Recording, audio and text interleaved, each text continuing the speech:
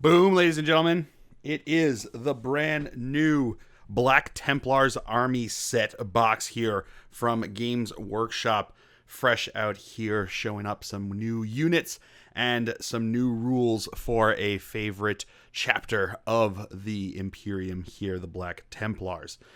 First of all, I want to thank GW for sending an early copy so I can get some information out to you guys so you can see what's inside the box and also what the rules are. So the first part of this video is going to be showing you what comes inside the box. We'll just do a pretty traditional unboxing here to show what you get inside, and then we will go quickly into the new rules that you will be seeing for the Black Templars here, those angry boys out on a crusade to try to go and fight for the Emperor, their God Emperor. So first of all, it's a beautiful looking box here. And it comes with the usual, it's got this little sleeve thing on the box here, opening up into, man, it's a really beautiful box art there. It's, pretty classic Black Templar box looking stuff there. I really, really like the look of it. Obviously, it's very, very, the classic Black Templar look here. I always like when they do this kind of stuff, when they just show some really cool ways of showing off different their boxes with all of the art that they've done over the years. Now we will open it up and see what is inside.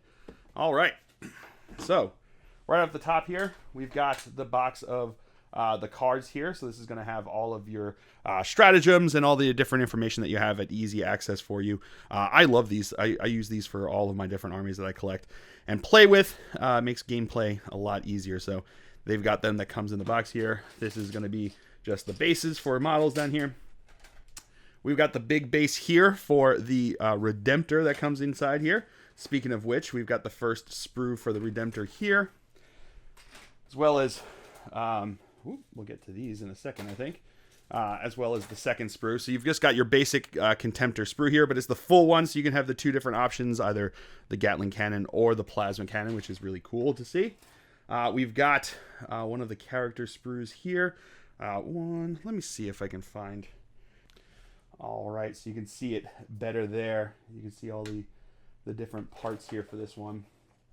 I believe this is the Emperor's Champion one. He's got the cool sword down there. Oh, no. This might be the Marshal, maybe, because it looks like it's got the axe option down over here, as you can see, and a sword option. So you can make make him however you want there, which is really cool looking. We've got another one here. I think this is the Primaris Sword Brethren, with his sword right there, or maybe the Emperor's Champion, because he's got the one-handed sword option there. Yeah, I think this is the Emperor's Champion one, because he's got his cool looking body right there. And then we have the sprue of the Neophytes and the this is not doing anything. What am I doing? You got the sprue of the Neophytes. Actually, it was doing something, so I'm gonna get it back again.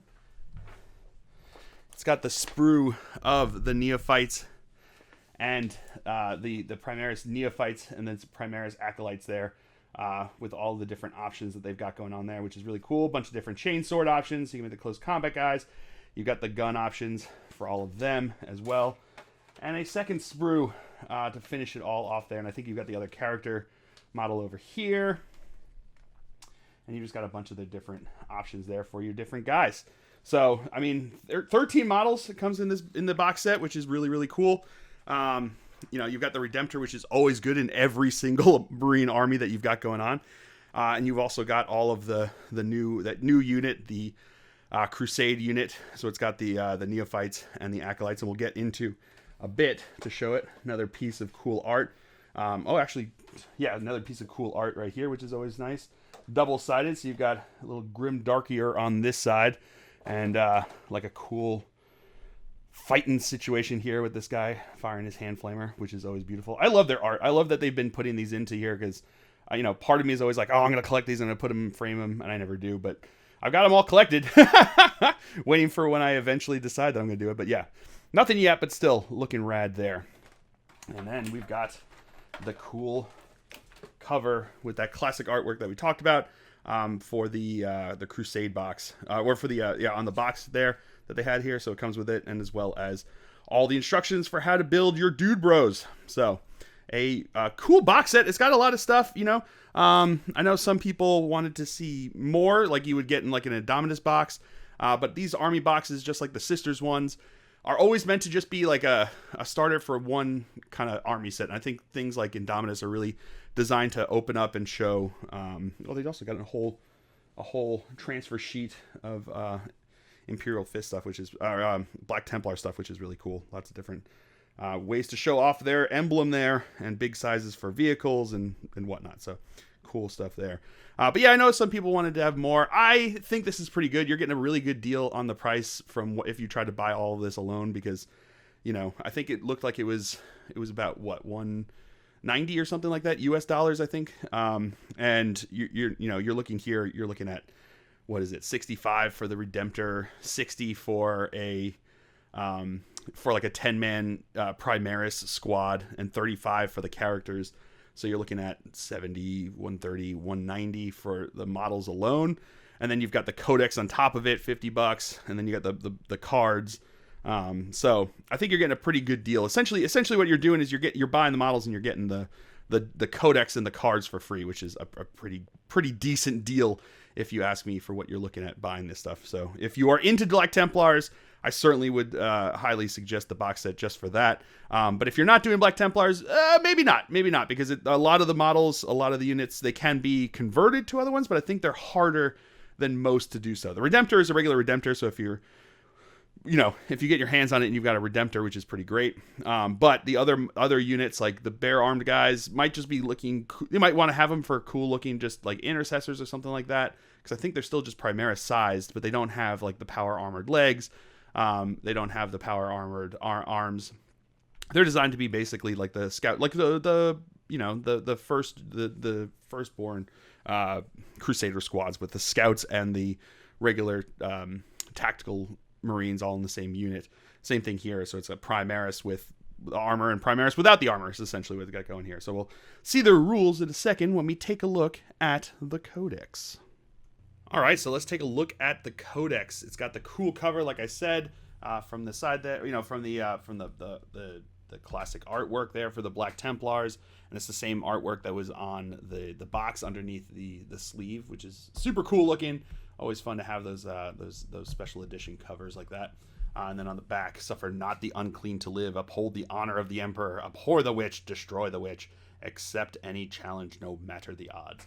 So Black Templars all over this, which is awesome. Super cool looking, and they've been doing a great job with all of the codexes so far, with all the art and the stories and stuff like that they've got going on there.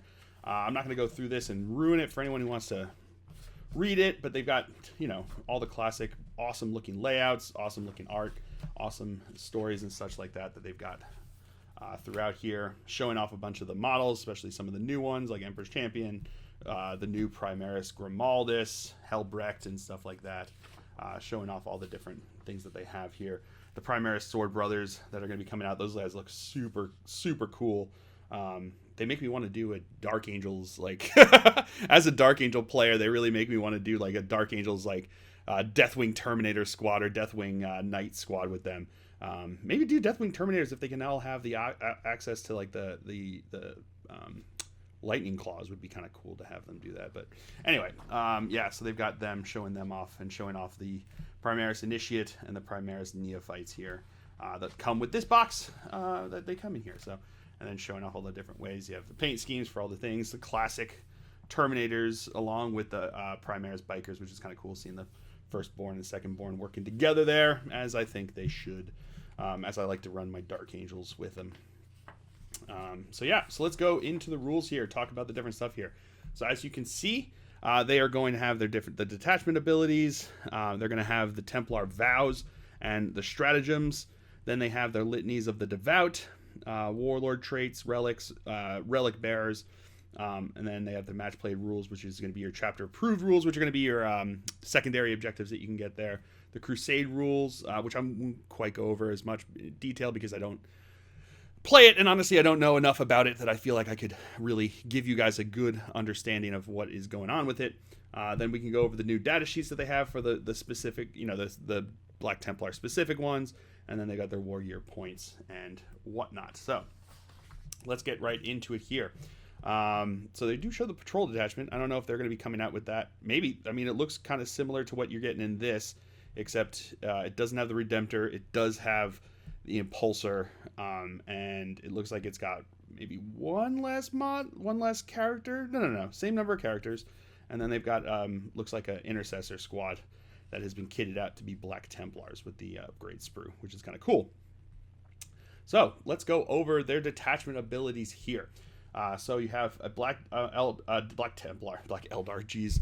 A Black Templar detachment is one that only includes models of Black Templars, blah, blah, blah. The same thing as every other Space Marine one here, but they do get Templar vows if the entire Templars detachment gains the Templar vows ability. So at the end of the read mission briefing step, you can select one of the following Templar vows. So you're going to know what your army is going to do. You're going to know what your opponent's army is. You're going to know the mission, and you're going to be able to read that and know what's going into it. You then choose either suffer not the unclean to live, uphold the honor of the emperor, uphold the witch, destroy the witch, accept any challenge no matter the odds. Until the end of the battle, all units from your army with the Templar vows ability gains the effects of the selected vow. The effects of each vow can be found on page 44-45, which is going to be the next page. Each vow provides a series of benefits and drawbacks. So let's go over them here. So we've got the first one over here is going to be suffer not the unclean to live. If you choose this one, each time a model with this in this unit makes a melee attack against a non-vehicle unit, an unmodified hit roll of 6 automatically wounds the target. So auto wounds on 6s, which is really great, especially if you're going into some high toughness things with some chain swords, which would be kind of fun. You're wounding non-vehicle, so it wouldn't work against like Night Titans or, like Land Raiders or something like that. But if you're going into Riptides, they're going to be up there because they're monsters. You're going into Greater Demons. You could just punch, Rodigus in the face if you want, and just wounding on the auto hit of 6 will automatically wound, which is pretty cool. Auto hit of 6, so not even having to wound on 6. So you get to hit on 6, which is good. Skip an entire section there. But the passion is each time this unit is selected to charge, the closest enemy non-aircraft unit that is within 12 inches and not within engagement range of any other Black Templars unit from your army must be declared as the target for the charge. So you have to charge the closest enemy units if you choose this, which is not always a problem. I mean, a lot of times you are charging the closest enemy units, so it's not a huge drawback. So, the wounding on 6s is pretty good. It's not, game changing, but at the same time, the negative for having to take that isn't super bad either. So I think it pairs off pretty well there. So I like that. I like that the way that they work that out there. Most of the time you're charging the closest enemy units. It just, it means that you can't ignore screens. If you can get around them, you have to charge into those screens, which, you probably want to do anyway. Then you have uphold the honor of the emperor. Models in this unit have a 5+ invul save. Ooh, that is super nice. Each time an attack is made against a unit with unmodified wound roll of 1 or 2 for the attack fails, irrespective of abilities that model attacks may have. So it's like a mini transhuman there. So you're never going to be doubled out there. So if your opponent has strength 8 against your tough 4 models, they still got to wound you on 3s. So it's, not as good as transhuman, and I, as a Dark Angel player, I wouldn't say as good as Inner Circle, but you do get a 5+ invul save with them as well, which is pretty sweet there. And then let's see what the drawback is, the passion. Each time an enemy model makes an attack against this unit does not receive the benefit of cover against that attack. Okay, so you don't get cover, so you're never going to get +1 to your armor save for the benefit of cover. But you will be, have your mini transhuman, and you're going to have a 5+ invul save. So, you're never looking at regular powered armor guys getting a 4+ a 2+ armor, but you will have the 5+ invul save against some high AP stuff. So I guess this is worse if you're facing off against AP -2. Yeah, if you're facing off against AP -2 weapons, and you're in cover, this is worse than that. This is worse than just receiving the benefit of cover, but anything AP -3, you get the benefit, and but AP -1 and AP -2 hurt you worse when you're in cover. But I guess if you're just charging across the board, really trying to get some, charges in, you're not as much worried about hunkering into cover there and getting that benefit. And you do have that mini transhuman to help you along there. So it seems really good. The drawback is a little rough, but at the same time, especially with so much AP-1 and AP-2 out there. But if this is what I think once you get locked into combat, this is going to be helpful because you never were getting cover anyway. So if you're going to a very assault heavy army, which I think Black Templars would be benefit from a lot, then this does make sense for you to be able to do there. Then we have Abhor the Witch, Destroy the Witch. Once per battle in your movement phase, if there are any enemy Psyker units in your opponent's army, until the end of the phase, add 3 inches to the move characteristics of models in this unit. Once per battle, you can get plus 3 inches to your movement, which is pretty good, especially turn 1 if you want to try to get into close combat as soon as possible. And each time a model in this unit makes a melee attack against a Psyker unit, reroll a wound roll of 1. So always rerolling 1s to wound against Psykers, and you also get to add 3 inches to your move once per game, which is pretty good. So, and because you choose these after you know what your opponent's going to be, you don't have to try to do that and be like, oh, well, he has no Psykers, so my vows are no good. So you would know if you're going to go up against like a Grey Knight's army. Maybe this makes a lot more sense than if you're going up against like a Tau army or you're going up against a Necron army, which don't have it. So situationally, pretty good.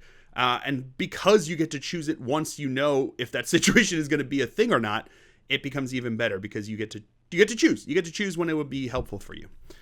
So the drawback is, while an enemy Psyker unit is within 18 inches of this unit cannot perform any actions. Oh, so that becomes not great. Unless you're only doing your actions in the back of your deployments, like in your deployment zone, and you're going to rush up and hold them in theirs. That becomes really easy for your opponent, especially if they're a Psyker heavy army, to be able to cut off your ability to win. I guess if you choose secondaries that don't require you to do actions, you can counter that. So, you don't do Rod, you don't do anything like that. Instead, you just choose Oaths. I guess we'll find out what the secondaries are going to be for the Black Templars specifically. You can do Engage in all fronts, all of those things that don't require you to do actions. At that point, that doesn't make a difference. So yeah, okay. So it means that you have to choose your secondaries specifically with this in mind, that your plan is that you want to charge up, you want to get in the face of these Psykers, and you want to punch them in the face. You're not going to be doing actions because it becomes too easy for them to counter that and too easy to keep you from being able to score points, which is how you win games in 9th edition. So you need to be careful with this one. Make sure that you know what you're doing and you choose your secondaries. And you choose your vow before you choose your secondaries, because you read the mission, and then you choose your secondaries after that. So, you choose this before you choose secondaries, so you would know not to choose secondaries with actions if you're going to choose that. So, okay, I like that. Because none of this is going to lock you into a situation where you get screwed.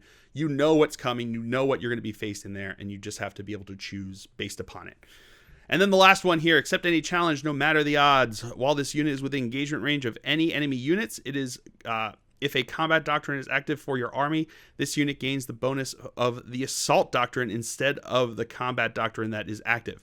So that's pretty cool, because the only time you want to really have the assault doctrine is when you're engaged with the enemy, which is really cool. So it gives everybody the assault doctrine at all times if you're engaged with the enemy. So I like that. I like that a lot. On each time this unit fights, until the fight is resolved, add 1 to the attacks characteristic of models in that unit. This is not cumulative with additional granted by shock assault ability. So you're not going to get +2 on the charge, but you will get +1 in the second round of combat. So you're going to have the benefit of the assault doctrine, which is great, and you're always going to be having +1 to your attacks, even if it's the second round of combat and you're still locked in with your enemy. So I like that. I think that's pretty cool. And this unit cannot fall back is the passion. So you can't fall back, which is tough. But I think the combination with the fact that you're getting the extra attack, you don't necessarily need to fall back to gain some of those benefits, because you're going to get the assault doctrine. You're going to have all these things that are going to help you be stuck in and do well. And I'm sure some of their stratagems are going to be helpful in figuring that out. So pretty good. There's none that I think are useless. There's some that I think are better than others. I think this one is good. It's tough. Not being able to fall back means you have to play less tactically, and you're really looking to just punch your opponent in the face, which is a strategy, but not necessarily a winning one. This one is very situational, but if you're playing against a heavy Psyker army and you make sure you choose secondaries that don't require you to do actions, then boom, this becomes super effective. This one is tough. It's if you're wanting to get stuck in, then yes, this I think is going to be better than not having it. But if you're just playing a more traditional Marine force, then this is definitely not the one you're going to want to take, because you're going to want to take benefit of cover for things sitting back on objectives and stuff like that. And then this one is pretty good. I like this one a lot. I think that wounding on auto wounding on 6s to hit is always pretty good, and the always charging the one that's closest to you is almost. I'm having a hard time remembering when I wasn't trying to charge the closest enemy unit that was visible to me. I guess it's if you're in the middle and there's one to either side, your opponent could rush around a unit to protect something, because you can't charge.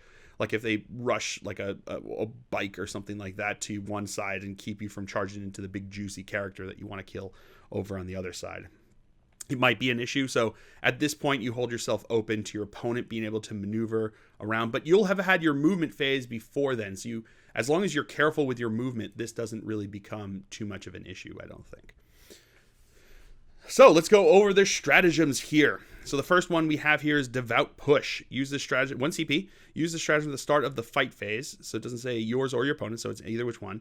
Select one Black Templar core or Black Templar character unit from your army. Then select one of the following. If that unit is not in engagement range of any enemy unit, make a normal move up to 3 inches with that unit. It must end this move either closer to the closest enemy unit or closer to the closest objective marker. If that unit is within engagement range of enemy units, then a pile-in move with that. Make a pile-in move with that unit. So this is a bit of a nerf from the other Devout Push. Previously, Devout Push was 1 CP. It allowed you to pile in and consolidate, which would have been great for you to be able to just get into the fight with units that your opponent tried to avoid getting into fight with. It also allowed you to move, and then you could spend the CP if you didn't want to. So if you say you're going against Tau and you didn't want to face their Overwatch, but you're not as afraid of their punch, you could move up next to within 3 inches of a Tau and then pile into them, and all of a sudden you're engaged in combat. This now changes it to so that the move that you make if you're not in engagement has to be a normal move.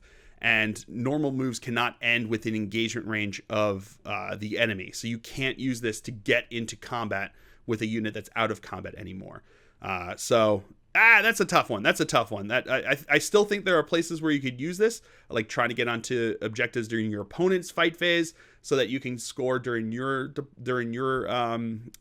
turn, or allowing you to get closer to the enemy so that you can just spend it if you just want to get 3 inches closer. So say you have turn 2 and your opponent does whatever they're doing, you can have your super attacky unit, suddenly it's the fight phase that's right on the line there, move 3 inches closer to the enemy. So now next turn, their movement is already 3 inches closer. So you get 3 inches getting you closer to the charge for your turn. So there are definitely situations for this. I think having that you can't get into engagement with enemy units is tough. Is going to be a tough blow there, but maybe they'll have other things going on. We then have 1 CP for Vicious Riposte. Use the stratagem at the start of the fight phase. Select one Black Templar's core unit from your army until the end of the phase. Each time a model in that unit is destroyed by a melee attack and does not explode, roll 1d6. On a 5+, after the attacking model unit has finished making its attacks, it suffers 1 mortal wound. A unit can suffer a maximum of 6 mortal wounds per phase as a result of this ability. So that's kind of cool. It's just basically just exploding in your opponent's face without exploding. So you can have like a core unit of just like initiates or whatever run up and engage in combat, and your opponent just slays them down. And on 5+, you're doing mortal wounds to them. This is kind of cool. So it's if you get stuck into a combat that you don't think you're going to make it out of very well, you can spend that 1 CP and suddenly now, and also you could also maybe use this also as a way to like keep an opponent from wanting to attack a unit. Maybe it's like 50-50 whether they want to attack that unit or the other one they're engaged with. You spend the 1 CP on the one, and it's like, well, if I do attack that unit, I'm going to be taking mortal wounds on 5+. I'd rather just go after the other one. And you save that unit that you spent the CP on. So 1 CP to keep your unit from being targeted it's not bad. It's not a bad strategy. Again, it's not foolproof or anything like that, but it's certainly situational. And it's only 1 CP, so it's not that bad. We then have Crusader's Wrath for 2 CP. Use this stratagem in your command phase if the Assault Doctrine is active for your army.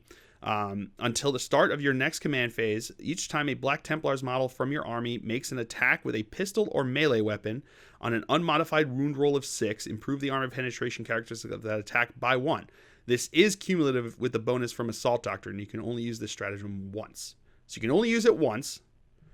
The start of your next command phase each time. Okay, so you're basically choosing 1 turn to spend 2 CP, and all of your Black Templars models are going to get plus 2 AP on hit wound rolls of 6. So, I mean, there's ways to get a lot of attacks out there. So I think that there's, with chain swords and just assault intercessors and regular, neophytes with the chain swords, whatever it is, there's ways to get a lot of attacks out there. And I guess having that extra AP could be beneficial, but it's on 6s. 2 CP is kind of hefty, but it does benefit the entire army. Again, situational. You really have to have a turn that you're going to do mass assaults with during the Assault Doctrine. So you're looking at turn 3 onwards that you still have a lot of guys on the board that are all going to be making charges, that are all going to be making close combat attacks, that then it starts to make sense that you could have the benefit from it. Situational, obviously very situational, but it could be beneficial. It could be beneficial, especially if you're facing an army that doesn't have a bunch of invul saves. You could really just wipe them off in that 1 turn, which would be pretty good. Then we have for 2 CP for the Emperor's Honor. It is an epic deed stratagem. All those other ones were battle tactic stratagems. So use this stratagem in the fight phase. Select 1 Black Templar's character unit, excluding vehicle units, from your army, and 1 enemy character unit. Until the end of the phase, each time that enemy character unit is selected to fight, if the selected Black Templar character unit is within engagement range of that enemy character unit, when your opponent is selecting targets for attacks, those attacks can only target the selected Black Templar character unit. So for 2 CP, you make it so that the character has to attack your character. Even if they're much better at slaughtering a bunch of regular guys, their attacks all have to go into the character. So you're basically sacrificing yourself for the Emperor's Honor. So you're sacrificing yourself for the Emperor's Honor to protect another unit. So maybe you have like a cheap character unit. So maybe you charge in with like a regular lieutenant who's like a cheap points character there, and you keep that enemy character, you keep Mortarion, say, from being able to attack your big squad of your squad of aggressors that have already charged in, your squad of Terminators, or a squad of Blade Guard veterans that have attacked in, that he would probably wipe in a round of combat. Suddenly now your 70 point lieutenant model that charged in there has to be the target of all of his attacks. And for 2 CP, you make it more likely that your punchy attack squad that you've charged in with him is going to be able to get their attacks onto Mortarion. So I like it. Very situational. Once again, I think most stratagems these days are very situational, but that one seems very good for that kind of, but entirely because of that situational usage. Then we have Bombastic Delivery. Use this stratagem in your command phase when you select a Black Templar's chaplain unit to recite a litany. One litany that unit recites this phase is automatically inspiring. Do not roll. And that unit can recite 1 additional litany during this phase. Oh, so that's kind of cool. So you during your command phase, you can recite 2 litanies with your chaplain for the price of 1. And 1 of them will automatically go off. So that's kind of cool for 2 CP. It's expensive, but it's still pretty good. We then have Revered Repositories. Use this strategy before battle. Muster your army. Select 1 Black Templar model from your army. The word sergeant, or sword brother. So basically, you're giving them one of those specific war gear options that most armies now have.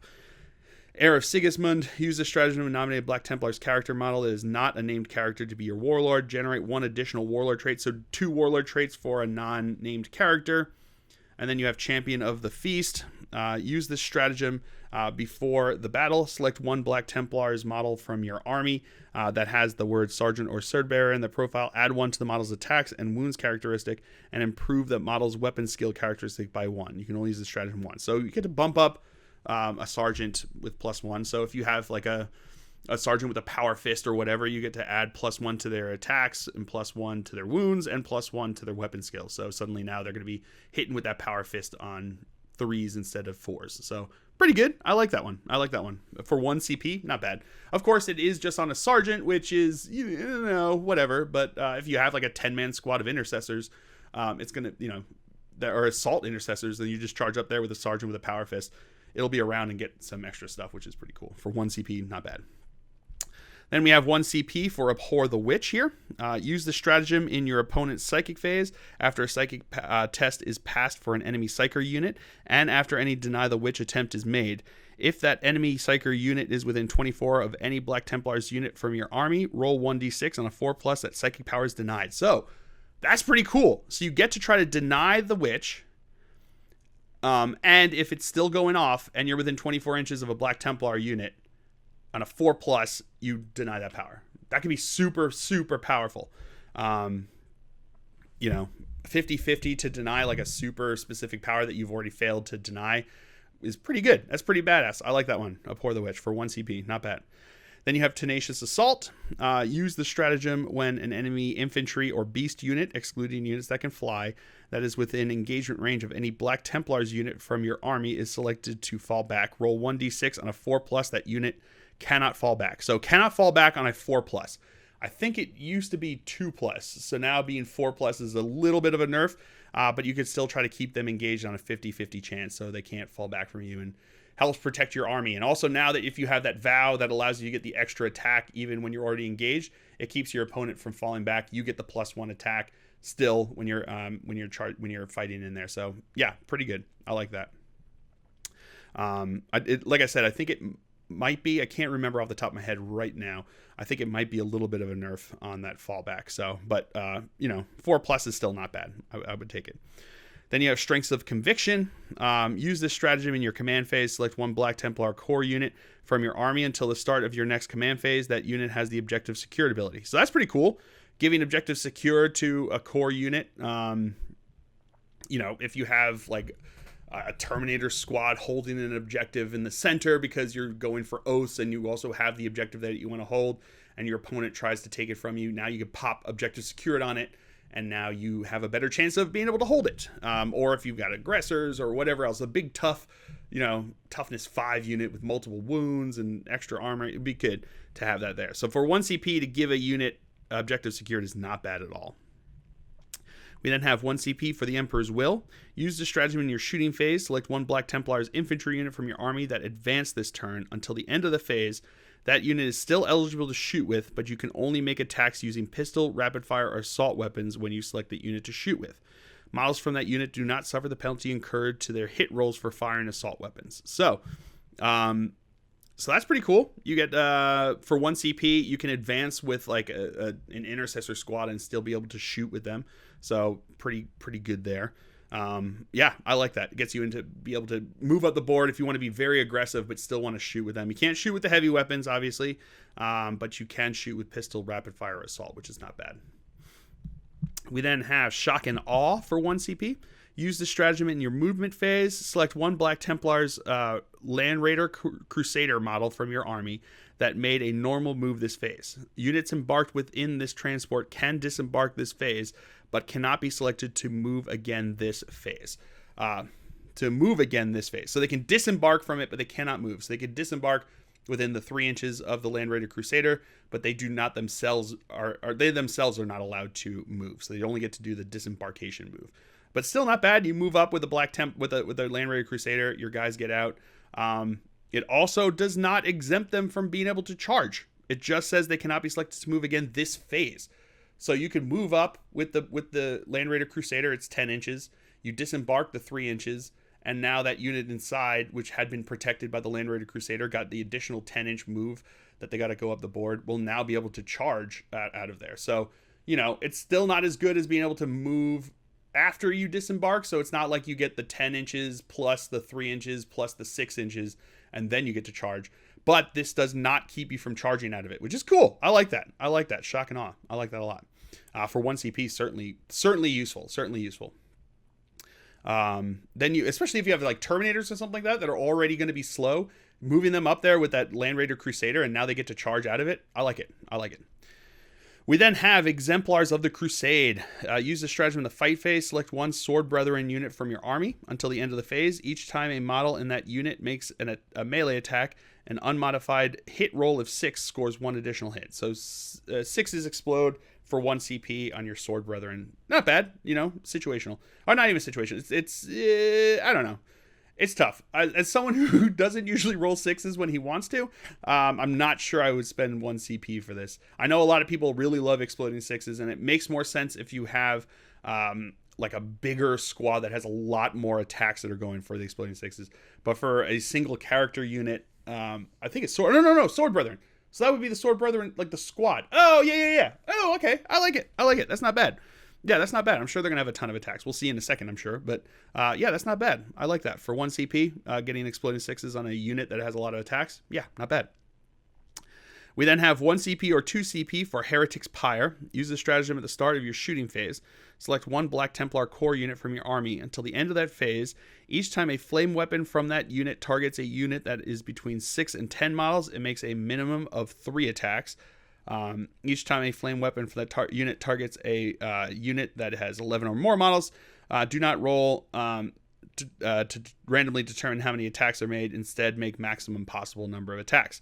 If the selected unit is a Mark X Gravis unit, the stratagem costs 2 CP. Otherwise, it costs 1 CP. So, basically, if you are trying to use this on flame gauntlets for your aggressors, you're looking at spending 2 CP for this. Otherwise, you're spending 1 CP for it.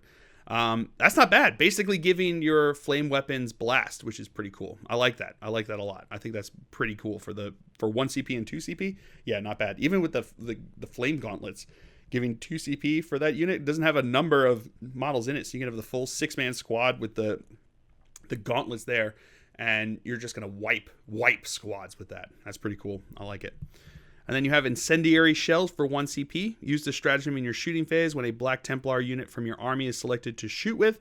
Until the end of the phase, each time a model in that unit makes an attack with an Astartes shotgun, that attack has a damage characteristic of 2. So, 2 damage for Astartes shotguns, which is not bad. I'm sure that I think they have access to them in the with the neophytes, right? With the new ones there. So, all right. So those are their stratagems. Not bad. There's some really good stuff that they've got the ability to use. Some very tactical and very utilitarian stratagems here. Nothing that really blows me out of the water with it, which is probably a good thing for game balance here. I don't think I saw anything here about them being able to advance and charge, which is a little bit of a blow to the Black Templars there. But, you know, still not bad. So I think this is going to make them very usable. It's obviously has a very strong focus on being aggressive with them, which makes a lot of sense for Black Templars. So then we have Litanies of the Devout. Priest models in the Black Templars Detachment can know all of their litanies from the Litanies of the Devout instead of Litanies of Battle. So that's pretty cool. They got their own set of litanies versus any of the other chapters, which is pretty cool. So we have Litany of Divine Protection here. If this litany is inspiring, select one friendly Black Templar's core, Black Templar character unit within 6 inches of this priest. Each time a model in that unit would lose a wound, roll a 1d6 on a 5+, that wound is not lost. So 5+ feel no pain bubble for him for the Litany of Divine Protection. That's really cool. I like that a lot. And then you have Psalm of Remorseless Persecution. If this litany is inspiring, select one friendly Black Templar core unit within 6 inches of this priest. Each time a model in that unit makes a melee attack, an unmodified wound roll of 6 inflicts 1 mortal wound on the target in addition to any normal damage. A unit can suffer a maximum of 6 mortal wounds per phase as a result of this ability. So, yeah, mortal wounds on 6s, that's not bad, especially if you get them into, like I said, like a unit that has a ton of attacks, like a chainsword unit of some sort. Popping out mortal wounds is not bad. 6 mortal wounds, not bad for a litany. Plea of Deliverance. If this litany is inspiring, select one friendly Black Templar core or Black Templar character unit within 6 inches of the priest. If that unit or its models are being affected by any psychic powers manifested by enemy models, the effects of those psychic powers on that unit and its models end. Until the start of your next command phase, that unit and the models it contains are not affected by any psychic power manifested by enemy units. So that's pretty cool. You can pop that up there and make that front unit that's going to be closest to your enemy have the inability to be affected by psychic powers. So suddenly now they can't smite anything because you affect the closest visible unit, and suddenly the closest visible unit cannot be affected by it. So they can't cast smite and anything like that, and really knocks down the ability of armies like Grey Knights or Thousand Sons to really pop out those smite powers. So that's a pretty good one. Situational once again, but good in those situations where it's useful. And again, super helpful to have there. Fires of Devotion. If this litany is inspiring, select one friendly Black Templar's core or Black Templar's character unit within 6 inches of the priest. Each time that unit fights, if it made a charge, was charged, or performed heroic intervention this turn, then add that. Then until the fight is resolved, add 1 to the attack's characteristic of models in that unit. So it doesn't say anything about not stacking with assault with shock assault there, so they're going to have +2 on the charge if that goes off there, which is pretty cool. I like that a lot. I think that could be super helpful, especially when you put that in with a lot of the other powers that they have that are looking for a lot of attacks. That could be super helpful with that. And then you have Fervent Acclamation. If this litany is inspiring, select 1 Templar vow that is not in effect, and select 1 friendly Black Templar core, Black Templar character unit within 6 inches of the priest. That unit gains the effects of the vow. So that's pretty cool. So you can use one of the vows. I think some of the other ones are better. I wouldn't necessarily choose that one unless you've got a bunch of chaplains, which, I mean, there's no reason not to take 3 chaplains, honestly, with the way it works here. And then you have Oath of Glory. If this litany is inspiring at the start of the fight phase, if this priest model is within engagement range of any enemy units, it can fight first that phase. Each time this priest model makes an attack with a Crozius Arcanum or Artificer Crozius or a relic that replaces one of these weapons, an unmodified hit roll of 6 scores 2 additional hits. Add 1 to the strength characteristics of this priest model. So really super buffing up your chaplain there, which is super cool. I think like a chaplain on a bike with that would be super buffed up, would be a lot of fun to run with that power. So let's go over the Warlord traits here. We've got Epitome of Piety. So intense is the Warlord's devotion to the God Emperor that they are able to throw off the malign influence of the warp. In your opponent's psychic phase, this Warlord can attempt to deny the psychic power as if it can deny 1 psychic power as if it were a Psyker. Add 1 to deny the witch test taken for this Warlord. So +1 to deny, and it can deny, which is pretty cool. So you can use that, and then if that fails, you can use that the stratagem that we talked about before. We've got Paragon of Fury. This Warlord, after this Warlord finishes a charge move, add 1 to this Warlord's strength characteristic. After this Warlord finishes a charge move, roll 1d6 for each enemy model that is within engagement range of it. On a 5+, that model unit suffers 1 mortal wound. So that's pretty cool. For each enemy model that is within engagement range. Oh yeah, so each enemy model is in engagement range. So you have to run up. You're looking at probably 2 dice. Maybe 3 if you can really stick them in there. And I guess maybe if you have like a jump pack guy, you could just like plop them in the middle if your opponent leaves like a spot for their base there for you to jump in. So not bad. And then you got Master of Arms here. At the start of the fight phase, if this Warlord is within engagement range of any enemy units, it can fight first that phase. Again, fight first is always a good thing to have. Add 1 to this Warlord's attacks characteristics, so not bad at all. Inspirational Fighter aura. While this friendly Black Templar core, Black Templar core unit is within 6 inches of this Warlord, each time a model in that unit makes a melee attack on an unmodified wound roll of 6, improve the armor penetration characteristic of that attack by 1. This is cumulative with the bonus gain from the Assault Doctrine if it is active for your army. So that's not bad. So again, another way to get -2 to your thing. I guess if you pile it with the other one, the other one said it was cumulative 2, so you're looking at -3. Not bad. So suddenly now your chainswords are AP -4. That's not bad at all. Frontline Commander. Add 1 to advance and charge rolls made for this Warlord. Ooh, that's pretty good. Each time a friendly Black Templar core unit declares a charge against an enemy unit that is within engagement range of this Warlord, add 1 to the charge roll made for that unit. So that's pretty cool. Indeed, you're charging the character first. the Warlord first, and then you charge in the other unit after getting +1 to charge, which is fun. This Warlord is then Oathkeeper. This Warlord is eligible to perform a heroic intervention if it is within 6 inches horizontally and 5 inches vertically of any enemy unit. So basically 6-inch pile-in, which is heroic intervention, which is really cool. On each time this Warlord makes a heroic intervention move, it can move up to 6 instead of 3. All of the rules for heroic intervention still apply. Yeah, I like it a lot. So now we have the name character and the Emperor's Champion. So name characters, Helbrecht has to have frontline commander. Chaplain Grimaldus has epitome of piety. Both pretty good ones for them to have, which is I like. Only the chaplain Grimaldus model is considered the Warlord for the purposes of this Warlord trait. Okay, so it's only Grimaldus has it, not his retinue that goes along with him. And if the Emperor's Champion is given a Warlord trait, it must be given one of the Black Templar Warlord traits above.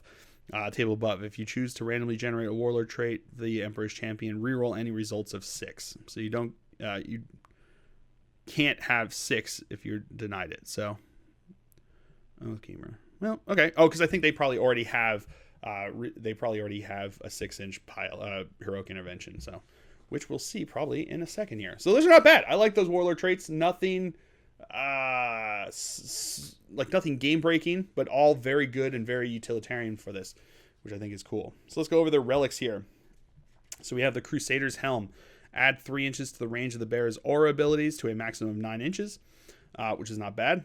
In your command phase, select one friendly Black Templar core unit that is within 9 inches of the bearer. Until the start of your next command phase, each time a model of that unit makes an attack, the Assault Doctrine is considered active for that attack instead of the currently active Doctrine. So not bad, giving Assault Doctrine to units around you there. We then have Witch Seeker Bolts. When you give a model this relic, select one bolt weapon. The model is equipped with. Each time the bearer shoots with this weapon, you can choose for it to fire a Witch Seeker Bolt. If you do, you only make one attack with this weapon. Each time you fire a Witch Seeker Bolt, you can ignore the Lookout Sir rule. If the target is a Psyker character, each time an attack is made with a Witch Seeker Bolt against a Psyker unit, a successful hit roll inflicts D3 mortal wounds on the target in addition to any normal damage. So that's pretty cool, especially if you know you're going to be going up against like Thousand Sons or Grey Knights or something like that. That could be super helpful there. We then have Aurelian Shroud. Once per battle, at the start of either player's command phase, the bearer can unveil the Aurelian Shroud. If it does, until the start of your next command phase, the bearer has the following ability. Aurelian Shroud Aura. While a friendly Black Templar's core infantry unit is within 3 inches of the shroud of this model, models in that unit have a 4-up invul save. So 4-up invul save for one turn, which is not bad. And you can do it at the beginning of at the start of either player's command phase. So if you go second and you want to give a 4-up invul save to weather that alpha strike, not bad. Pop it there and you're good to go. Ancient Breviary, chaplain model only. Each time a roll is made to determine if a litany recited by the bearer is inspiring, roll one additional d6 and discard the lowest result. So that's not bad. 2d6 to pop off litanies, not bad at all. Especially since I think you're going to be taking a lot of chaplains. Chaplains seem to have a real. I know historically and lore wise that makes sense, but I mean in this army it really seems like chaplains really shine for them, which is cool. Then you have Skull of the Cacodaminus. Skull of the Cacodaminus? I think so. I think that's how you say that. Aura. While an enemy Psyker unit is within 12 inches of this model, subtract 1 from psychic tests taken from that unit. While an enemy Psyker unit is within 12 inches of this model, each time a psychic test is taken for that unit, it suffers perils of the warp on any dice roll that includes a double, instead of only double 1s or double 6s. Once per battle at the start of your opponent's psychic phase, the bearer can raise the Skull of the Cacodaminus. If it does, until the end of that phase, the bearer has the following ability: Skull of Cacodaminus Aura. While an enemy Psyker unit is within 18 inches of this model, subtract 1 from psychic test made for that unit. This is cumulative with other abilities of this relic. So if you're within 18, you're -1. If you're within 12, you're -2 to your thing, which is pretty cool, especially if you get stuck in with a bunch of Psykers. Then you have the Sword of Judgment, model the Power Sword, Master Crafted Power Sword, or Relic Blade only. The relic replaces it with the following profile: melee strength +3, AP -3, 3 damage. pretty good. I mean, you can't really complain about that. A damage 3 power sword, not bad at all, especially if you put it on a model that has a lot of attacks. Pretty good. Then we have the Adamantine Mantle. Same thing as Enemy Artificer Armor, same thing, Mastercrafted Weapon. All of these are similar to the stuff that all the Marines really get. We then have Aquila Immortalis. Add 1 to the bearer's toughness and attacks characteristic. Ooh, I like that one. I like that one a lot. And then you have Perdition's Edge, model with a power axe or mastercrafted power axe only. It then becomes strength plus 3, AP minus 2, 2 damage. Each time an attack is made with this weapon, an unmodified wound roll is 6, inflicts 2 mortal wounds on the target, and the attack sequence ends. So it can do, on 6s, it does mortal wounds, so they can't even defend against it, even if they have invuls or whatever. That's not bad. I like that one. And then you have Breath of the Throne, models with a combi flamer or auto flamer only. The relic replaces the flamer profile with Assault D3 plus 3, so a minimum of 3, which is not bad. Strength 5, AP minus 1, 2 damage. Not bad at all. And each time an attack is made with this weapon, that attack automatically hits the target. So yeah, it's a flamer with a minimum of 3 shots. Strength 5, so almost like a heavy flamer here with 2 damage heavy flamer with a minimum of 3 shots. Not bad at all, especially for a combi flamer. And then you have Tannhauser's Bones. Each time an attack is allocated to this bearer, the damage characteristic of the attack is changed to 1. So not reduced by 1, but it's changed to 1, which is not bad at all. That's super cool, knocking down there. So if you get hit with a Thunder Hammer, 1 damage. You get hit with a Power Fist, 1 damage. You get hit with a Melt-A-Gun, 1 damage. So I like that. That's pretty cool. That can be super helpful. And then we got Relic Bearers. So here we go. This is something that's obviously very new and only for the Black Templars here. But we've got each... if your army includes any Black Templar chaplain units, you can use the upgrades listed below. For each Black Templar infantry or Black Templar biker unit, excluding character units from your army, you can select 1 upgrade from the list below to give that unit. Each upgrade in the army must be unique. Once selected, that upgrade must be allocated to 1 model in that unit, and that model gains the ability listed. This model should be distinctive from others in the unit, and before each battle, you should make it clear to your opponent which model has the upgrade. Designer using components from the Black Templar's upgrade frame is a perfect way to distinguish your relic bearer model. Each time you upgrade a unit in this way, its power rating is increased as shown in the table below, and it gains the relic bearer's keyword. If you are playing a match play game or a game that uses points limit, then the points value of that unit also increases by the amount shown in the same table. Make a note on your army roster each time you upgrade a unit using these rules. A crusade force cannot start with any units upgraded in this way. To include one in a crusade force, you must use the relic bearer requisition. So relic bearers, you've got Beast Pyre for +1. All these are +1 power, but Beast Pyre is +10 points. Bones of Mordred are +10 points. Crux of Obsidian is +15 points. The Fist of Balthus is +10 points. +15 points for the Holy Orb. +15 points for the Icon of Heinemann. +10 points Light of the Emperor's Gaze, and +20 points for Sigismund's Seal. So Light of the Emperor's Grace. Oh, that's weird. They put it in order, alphabetical order here, but not over here. So Light of the Emperor's Grace, which is going to be a 10-point upgrade, 1 power level upgrade. Add 1 to the leadership characteristic of models in this unit. This model has the following ability: Light of the Emperor Aura. While an enemy Psyker unit is within 12 inches of this model, subtract 1 from the psychic test taken for that unit. So if you combine that along with that the Warlord trait that's minusing units, or Relic, I can't remember, it was the Relic or the Warlord trait that's minusing from the two, you can really affect your opponent's psychic powers, which is pretty cool. Then we have Sigismund's Seal, which is a 20-point upgrade, but again, 1 power level upgrade. At the start of the first battle round, select 1 enemy unit that is on the battlefield. Until the end of the battle, each time a melee attack is made by this model this model's unit against that enemy unit, you can reroll the hit roll and you can reroll the wound roll. So, model's unit against that enemy unit. So you get to choose an enemy unit at the beginning of the game, and then you can reroll hit rolls and wound rolls for that unit that's been upgraded with this ability. So if your opponent has like a 10-man squad of a 10-man squad of Blightlord Terminators or something like that, or a 10-man squad of Deathwing Knights or something like that are going to be really hard to remove. You get this 20-point upgrade to your Sword Brethrens, and suddenly now they're going to reroll hits and reroll wounds. So even if you're only wounding on 4s against the Deathwing Knights, you're going to be, getting half of your misses back again because you get to reroll them into 4s to try to wound them. So that's not bad. Again, very situational. Like if your opponent just has a bunch of min squad units or just has like a bunch of infantry units, it's not as helpful. Or if they have a unit that the dangerous unit is going to be standing back and you're not going to get into it. It's situational, but when that situation arises, like I said, a 10-man Deathwing Knight squad, a 10-man Blightlord Terminator squad, whatever that might be, suddenly it becomes very useful there. Mortarion, something like that. You get Magnus, you get to reroll, which is pretty cool. Then you have the Holy Orb, which is a 15-point upgrade over here. Once per battle in your shooting phase, you can select one enemy unit that is within 6 inches of and visible to this model. Roll 1d6 on a 2+. That unit suffers d3 mortal wounds.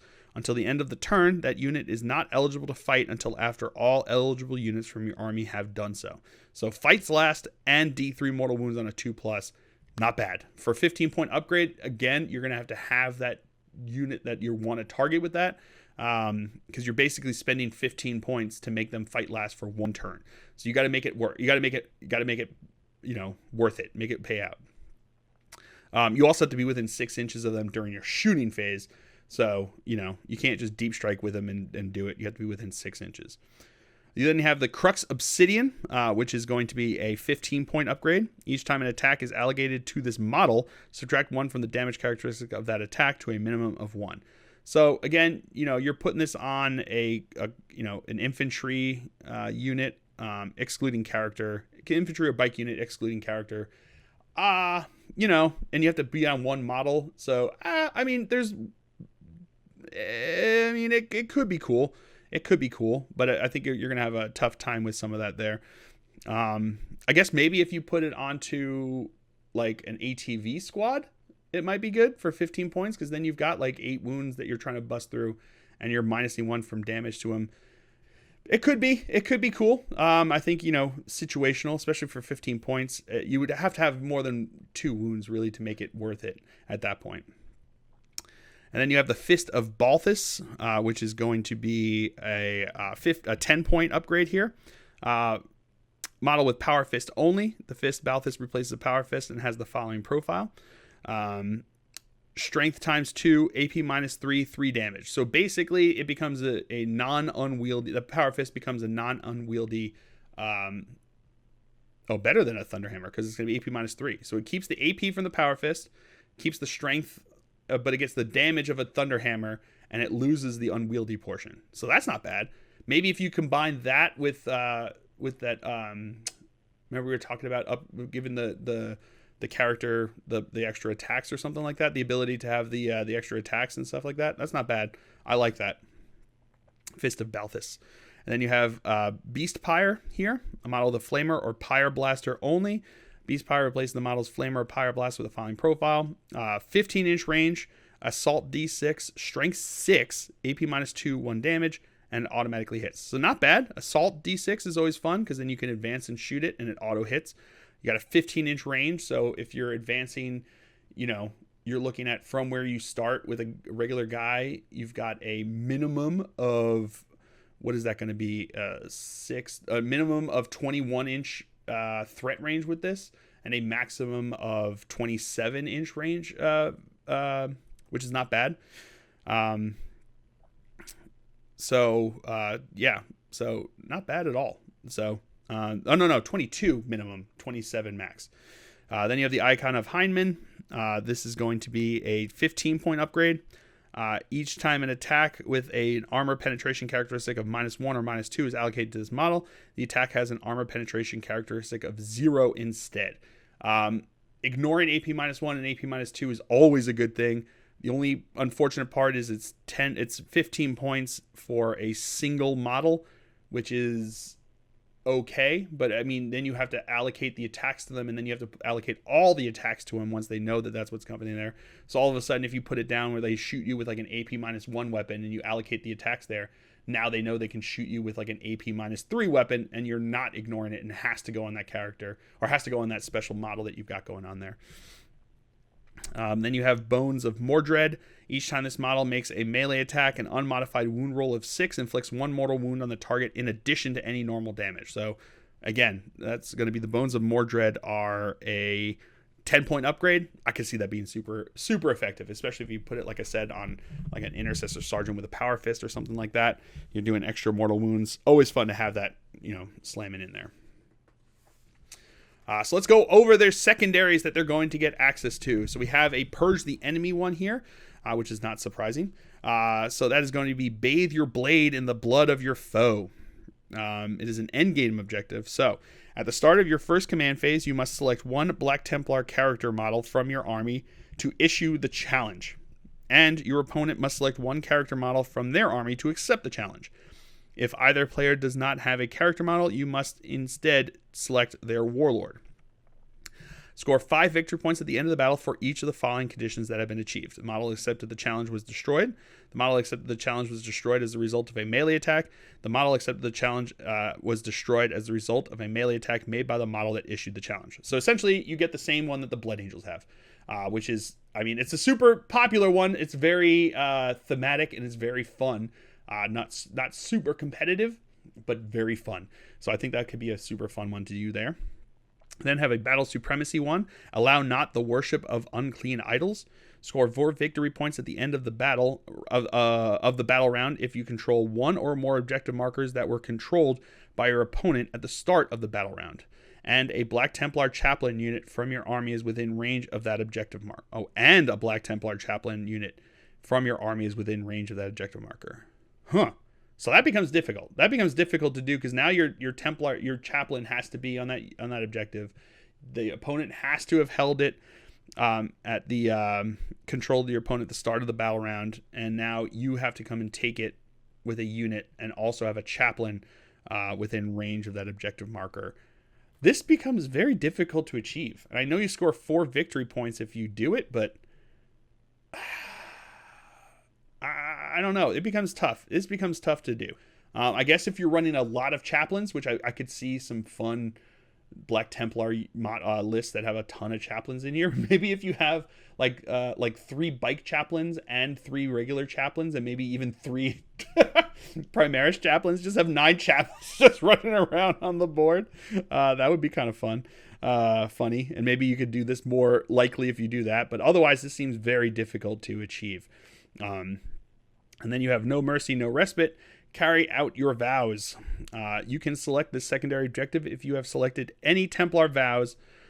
This objective consists of a progressive component and an endgame component. You can only score victory points for the endgame components for the Templar vow that was selected at the end of the read mission briefing step, and not any other vows that are selected during the battle. Progressive component. Score 4 victory points at the end of the battle round if the number of enemy units destroyed by melee attacks made by Black Templars units from your army is greater than the number of friendly Black Templars units that were destroyed during this battle round. Okay, so you have to kill more in combat than your opponent kills at all. If you can score a maximum of 12 points during the battle for this component. Endgame component, score 3 victory points at the end of the battle if any of the following apply. The Suffer Not Unclean to Live vow was selected before the battle, and an enemy Warlord model was destroyed by a melee attack made by a Black Templar character unit from your army during this battle. The Uphold the Honor the Emperor vow was selected before the battle, and a Black Templar infantry unit, excluding character unit from your army, that is below half strength, was in the enemy deployment zone at the end of the battle. From your army that is not below half strength was in the enemy deployment zone at the end of the battle. The Abhor the Witch, Destroy the Witch vow was selected before the battle, and any enemy Psyker character units were destroyed during the battle. And the Accept Any Challenge No Matter the Odds vow was selected before the battle, and an enemy unit with a starting strength of 20 or more models, or an enemy model with a wounds characteristic of 20 or more was destroyed during the battle. Difficult, not unachievable, especially if you're going to be playing very aggressive, very combat-y, very punch the face kind of lists with the Black Templars, which is something I would suggest doing, because a lot of their stratagems, a lot of their powers, a lot of what they have there is going to be super helpful in letting you get to do that. So yeah, I think that this one, I mean, Blood Angels use it. They don't use it in competitive because it's very difficult to guarantee. This one seems far more likely to be used there. Not a certain guarantee that you're going to get the points, but certainly far more likely than I think either of these two, especially than this one. This one seems very difficult to achieve. And I don't know, I may be wrong. Tell me down below if you think I am, obviously. But I just feel like this is going to be difficult. Maybe not if you have the bike chaplains. If you have a couple bike chaplains running up around there, they can shoot onto those objectives with you and try for it. So maybe I'm wrong. Maybe I'm wrong with this one, and this is the secret gem. But I think that this one, the No Mercy, No Respite one, is far more likely to be able to be accomplished, especially since these 3-point parts here are pretty doable. Then like I said, we got the Crusade rules. I'm not great with Crusade rules. I still haven't gotten into it. I need to. It seems like a ton of fun. I just personally have a hard time with Crusade rules, with kind of games like Crusade where things tend to take a fall really quick with me when I have ongoing effects that go onto my army. I just do really bad with them. Let's figure out my name. I am going to be Vornis Havilion. There we go. Or Grossmund. Vornis Grossmund. I'll go with that one. Fun. I always like those ones. Then you have your Crusade army that you can build here. So let's get into the data sheet section here. War gear weapons lists are listed in here. They also have in the Marine list additional war gear options. Several Black Templar miniatures are equipped with weapons that are not available to these models when they are taken from other chapters. The Marshal. If a Primaris captain from your Black Templar chapter, if a Primaris captain is from the Black Templars chapter, you can use the following additional war gear options for them. So Marshal is basically just a Primaris captain. If this model is not equipped with a mastercrafted power sword or bolt pistol and mastercrafted auto bolt rifle, you can be... If this model is not equipped with a mastercrafted power sword, its bolt pistol and mastercrafted auto bolt rifle can be replaced with one of the following: 1 auto flamer and 1 mastercrafted power sword, 1 auto flamer and 1 mastercrafted power axe, 1 plasma pistol and 1 mastercrafted power sword, or 1 plasma pistol and 1 mastercrafted power axe. It's not bad. Castellan. If a Primaris lieutenant from your Black Templars chapter, you can use the following additional war gear options. This model's mastercrafted auto bolt rifle can be replaced with 1 combi flamer and 1 mastercrafted power axe. This model's bolt pistol and mastercrafted auto bolt rifle can be replaced with one of the following: 1 heavy bolt pistol and 1 Astartes chainsword, 1 heavy bolt pistol and 1 mastercrafted power sword, 1 auto plasma and 1 Astartes chainsword, 1 auto plasma and 1 mastercrafted power sword. Black Templar's Armory.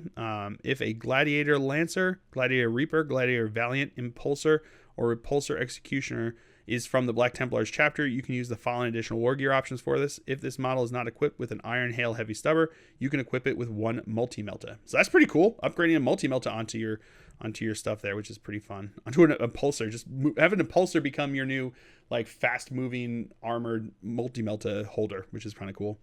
And if a Repulsor is from a Black Templars chapter, you can use the following additional war gear option for it. Instead of being equipped with 1 additional Iron Hail Heavy Stubber, the model can be equipped with 1 Multi-Melta. So yeah, adding Multi-Meltas to all of those Primaris machines is pretty fun. So you can add that like you have with your Land Raider Crusader, and now you can have them with all of them, which is pretty fun. So let's go over this. So now we have High Marshal Helbrecht. He's going to have 8 wounds, which is pretty cool. 6 attacks, which is super good. He's armed with Ferocity, which is a combi Melta.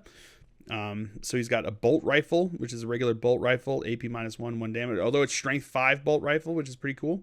And then he has the Melta gun, which is just a regular Melta gun there. Oh, D6 +2. Oh, so you don't even need to be in half range to get the +2. So he's automatically doing D6 +2 with his Melta gun at 12-inch range. So that's pretty fun. That's pretty cool there for Ferocity. That's the one he's got the little dude bro down here holding it for him until he's ready to shoot it into the enemy.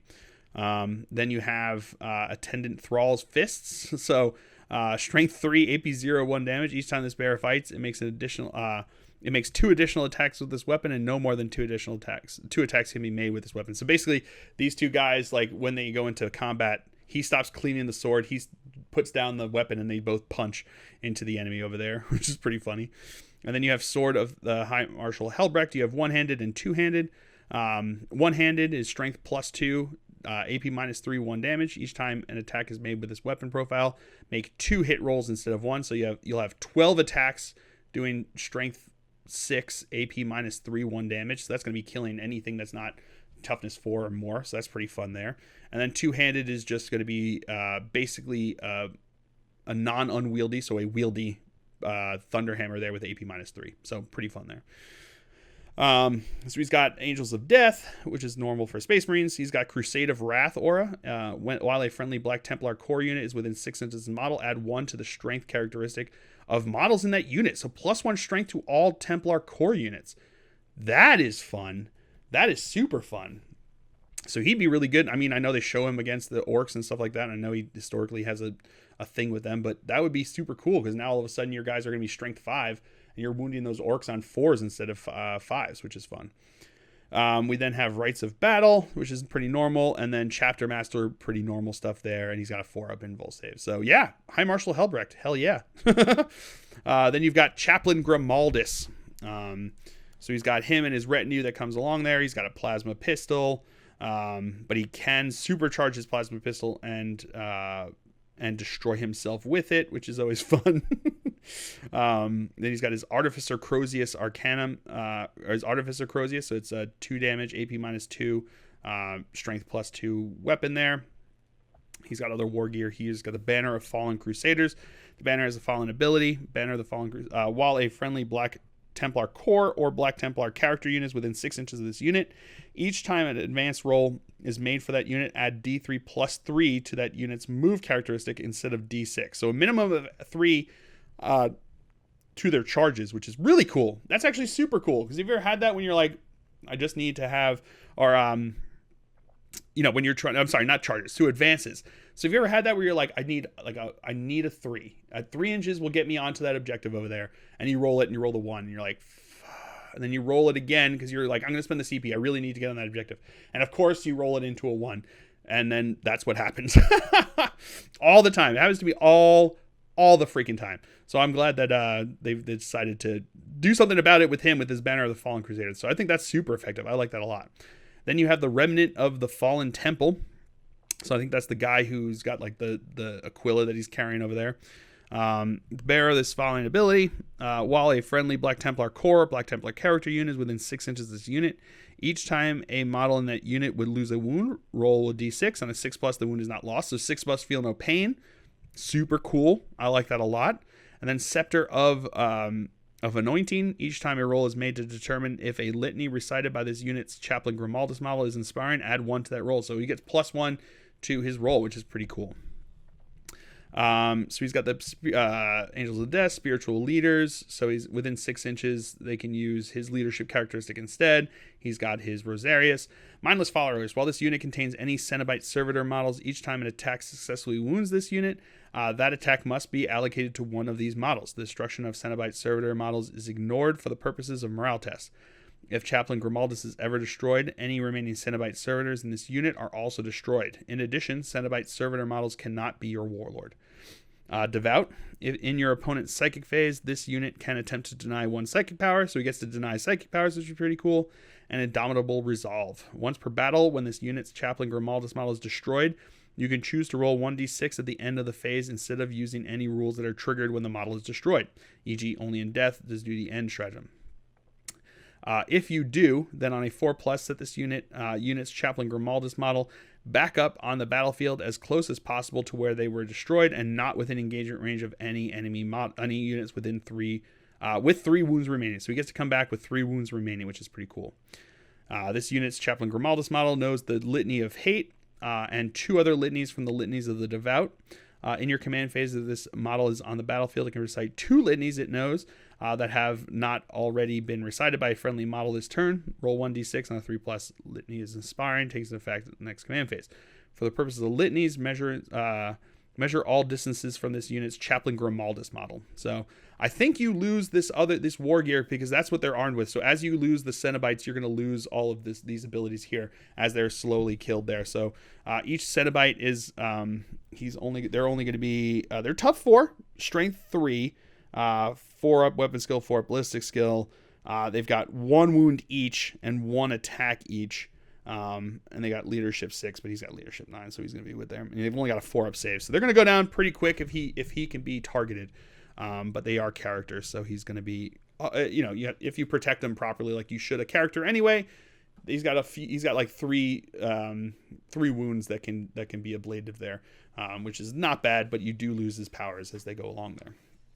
Then we have the Emperor's Champion here. He is going to be a Primaris now, the new Emperor's Champion. So he's got his bolt pistol. He's also got the black sword. You get to choose. It's either sweeping blow or thrusting blow. Sweeping blow is strength +3, AP -3, 2 damage, or thrusting strike is strength ×2, AP -4, 3 damage. Each time attack was made, subtract 1 for this. So it's unwieldy ×2 -4, 3 damage, or regular attacks at +3 strength +3. So you're looking at strength 7, AP -3, 2 damage. He's got the Armor of Faith, so he's got a 4 up invul save, skillful parry. Each time a melee attack is made against this model, subtract 1 from the hit roll, so he's -1 to hit, which is not bad in melee. Sigismund's Heir. Each time this model makes a melee attack against an enemy character unit, you can reroll the hit roll and you can reroll the wound roll. So rerolling hits and wounds against characters, that's not bad at all. I like that a lot. And then you have Holy Warrior. This model can never be given any relics, so you can't give him relics. That's okay. I mean, he's still pretty badass here with his black sword. Martial Superiority. Start of the fight phase of this model is within engagement range of any enemy character units. It can fight first that phase, so he gets fight first if he's engaged with the characters, which is pretty cool. And then he has Honor or Death. This model is eligible to perform heroic interventions within 6 inches horizontal and 5 inches vertically of any enemy units, instead of 3.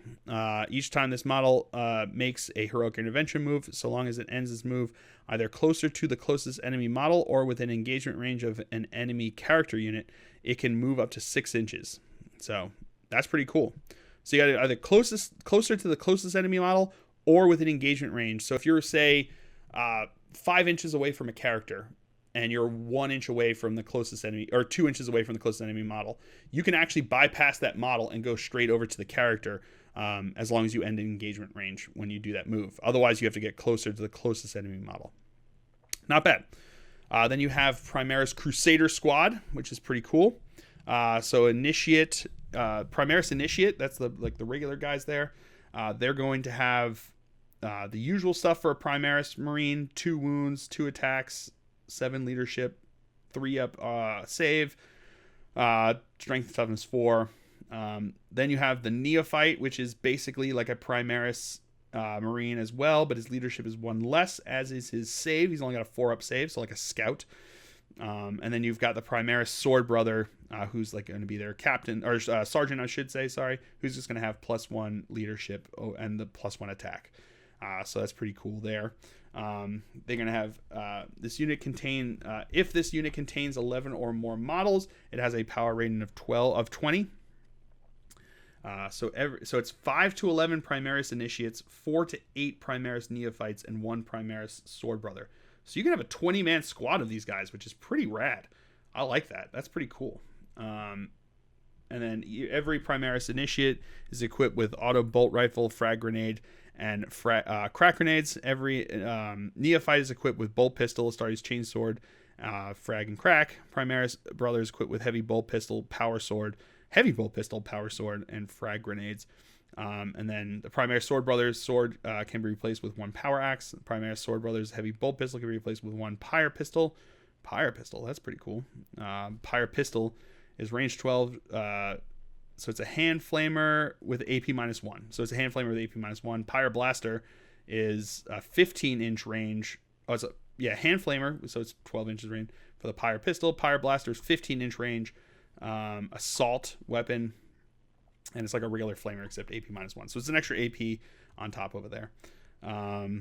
All of the Primaris Neophytes in the unit can have their bolt pistol chainsword replaced with the following: 1 Astartes shotgun each, or 1 bolt carbine each. Any number of Primaris Initiates can each have their auto bolt rifle replaced with 1 heavy bolt pistol and 1 Astartes chainsword. For every 10 models in the unit, up to 2 Primaris initiates can each have their auto bolt rifle replaced with one of the following: 1 Pyre Blaster, 1 heavy bolt pistol, and 1 Power Fist. So that's not bad. You can make these guys into like a real 20-man squad, all with chainswords. Maybe you can have a Power Fist on 2 of the guys there. Yeah, they could be a super, super aggressive, super effective close combat assaulty squad there. Pardon me. And then you can just have them just going to town, which would be super fun. I see these guys being super cool. We're going to find out what their points values are, but not bad. I like that a lot. Then you've got the regular Crusader squad, so they're not gone. So your firstborn brethren are not gone there. You can do your regular Crusader squad. They can also have a maximum of 20 models, so 9 initiates. 9 initiates up to 10 neophytes and 1 sword brethren. So you probably see more scouts in Black Templar armies than you will see in most any other ones now. So they've got all the normal stuff. Nothing really got changed from them. So I guess the initiates are 2 wounds each now. So they're tactical marines that they've got going on there, and the scouts are still 1 there. Or I'm sorry, neophytes are still 1. Then you got a Primaris sword brethren, who's a character there, which is pretty cool. He's got so that's pretty cool. A vow sworn bladesman. While the Templar vows are in effect, the unit is not affected by that vow's passion. So he does not get affected by the passions, which is pretty cool. So he's like a character who can have like a whole bunch of different kit out here, which is pretty cool. He's going to have 2 wounds, 3 attacks. Yeah, not bad. So he's basically just to punch people in the face, because that's the only powers he's got, is just for attacking stuff. Which is pretty cool. Oh, no, this is a unit. Oh, my bad. Yeah, this is a unit, 4 to 10. So it's between 4 and 10 sword brethren that can have there, and have a whole bunch of different kit outs there. And they are not affected by the passion. So I like that. I like them a lot. I think these guys are cool. That's the new models that they're talking about. I don't know. I'm sorry. My brain went all wonky there for a bit. But yeah, they're all going to have the different stuff there, which I think is going to be super cool to see them. And those new models look rad. So I'm just going to see if I can get a bunch of lightning claws for a squad of Terminators, Dark Angel Terminators. I think it'd be fun. Then we got the same cool art that they've got going on here. And then we've got the weapons profiles and so auto flamers look like auto flamers are auto bolt rifles with flamers. So that's cool, like a combi flamer with an auto bolt rifle. So that's pretty fun. I like that one a lot. And then auto plasma is the same thing. It's a auto bolt rifle with a plasma gun attached to it. So not bad. I like that. That's pretty cool. Then the point values you've got over here. So Grimaldus is going to be 140 points. Emperor's Champion is 100 points. And Helbrecht is 160 points. So pricey, but I think understandably so. They're good. I think it's all really good. I think those are really well-priced units from what we saw from what they've got here. The Sword Brethren are going to be 22 points each, and then they've got the points for their weapons underneath, which is not bad. And then they got the Crusader Squad, which is going to be 13 points for a Neophyte, 18 points for other models. And then the Primaris Crusader Squad is going to be 16 points for the Primaris Neophytes and 19 points for the other ones. So 16 points for the regular guys, for the ones without the sleeves. And then you got 19 points for everyone else. So yeah, some really, really cool stuff here. I think there's a lot of fun things that you can do with all of these, with this book. I think there's a lot of really cool stuff that you're going to have the ability to do. I think that they're going to really synergize with each other, and I think it's going to be fun to see these guys out on the table, just running across the table, punching everyone in the face, being very aggressive. And honestly, I think that is a super effective strategy now in 9th edition, because board control is huge, and being able to control the board is huge. And if you can go out there and just be like a baller aggressive guy that's able to survive, because there's a bunch of things to reduce damage here. There's also the ability that once you get locked in, that you're just going to like kill whatever you get in contact with there. You can be super effective at controlling the board just by charging into the enemy. So I think that this Codex Supplement has a lot of tools that are going to make them super fun and effective. And I think if you have things like Vanguard veterans, and you've got the Redemptors that are going to be able to back them up as they're shooting up the board.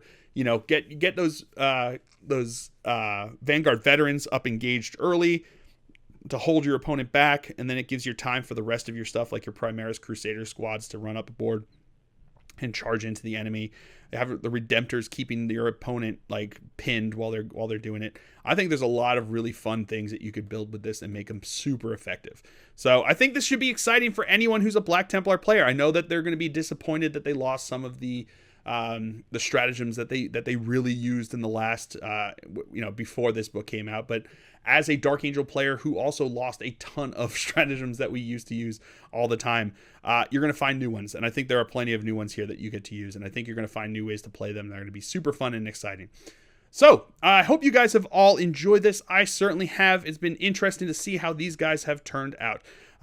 So let me know what you guys think down below. If they look like they got nerfed into the ground, if they look like they are just now super OP, or if you think that they're just going to be a really solid, awesome choice for Marine players to be able to paint up their Crusade angry boys.